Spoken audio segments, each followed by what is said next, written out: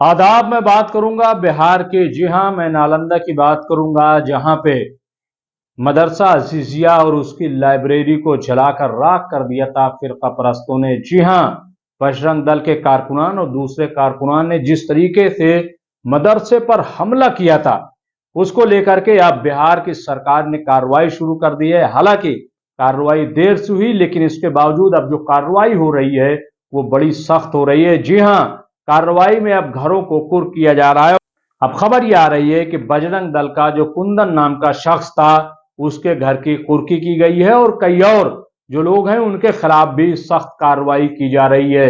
जी हां, इस मामले में विनय दुबे ने एक ट्वीट किया है और कहा है कि अब कू कर रहा है, और ये करने क्या गया था और क्या कहा है, ये देखिए तस्वीर सामने है कि इस पर विनय दुबे ने क्या किया। लेकिन बहरहाल बिहार सरकार से, नीतीश कुमार से और तेजस्वी यादव से मुसलमान यही कह रहे थे कि आखिर सेकुलर सरकार होने का फायदा क्या है, अगर सेकुलर सरकार में भी मुसलमानों के इदारे महफूज नहीं है, अगर सेकुलर सरकार में मुसलमान महफूज नहीं है, तो फिर सेकुलर सरकार चुनने का फायदा क्या है। असदुद्दीन ओवैसी ने भी नीतीश कुमार को कटघरे में खड़ा किया था और कहा था कि कैसी सरकार है जो दंगे को नहीं रोक पा रही है और जो डरती है मदरसा जाने से। जी हां, काफी इल्जाम जो है असदुद्दीन ओवैसी ने लगाए थे, लेकिन अब जो बिहार से खबर आ रही है वो ये कि वहां कार्रवाई शुरू हो गई है और जिन शरपसंदों ने कशीदगी पैदा की थी, वहां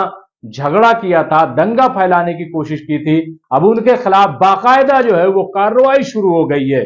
जी हां, और कुंदन नाम के जो शख्स है, कुंदन नाम का शख्स जो है, उसके घर को कुर्की की गई है और उसकी जो तस्वीर आई है वो रोता हुआ दिखाई दे रहा है। तो बहरहाल अगर इस तरीके के अब लोगों के रिएक्शन ये आ रहे हैं कि अगर इस तरीके के दंगाइयों के खिलाफ कार्रवाई हो या इससे पहले अगर इस तरीके का कुछ कर दिया जाए, तो ये जो हमला हुआ है, जहां 40 से 4500 किताबें जलाकर राख कर दी गई हैं, जिसमें अहादीस की किताबें भी हैं, जिसमें कुरान मजीद भी है और जिसमें तिब और फलसफे की भी किताबें थी।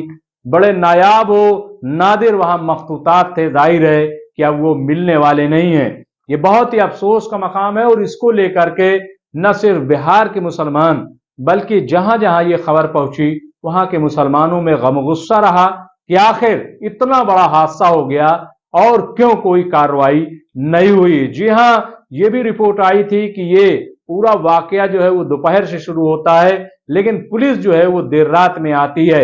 ऐसा क्यों हुआ, ये तमाम सवालात हैं, लेकिन अब इसका जवाब देने के लिए या खुद को बचाने के लिए अब वहां की हुकूमत ने कार्रवाई शुरू कर दी है और अब उन लोगों के घरों में छापेमारी हो रही है, कुर्की हो रही है कि जो इस मामले में शामिल थे, और कहा जा रहा है कि इस मामले में जो पेश थे वो बजरंग दल के लोग थे।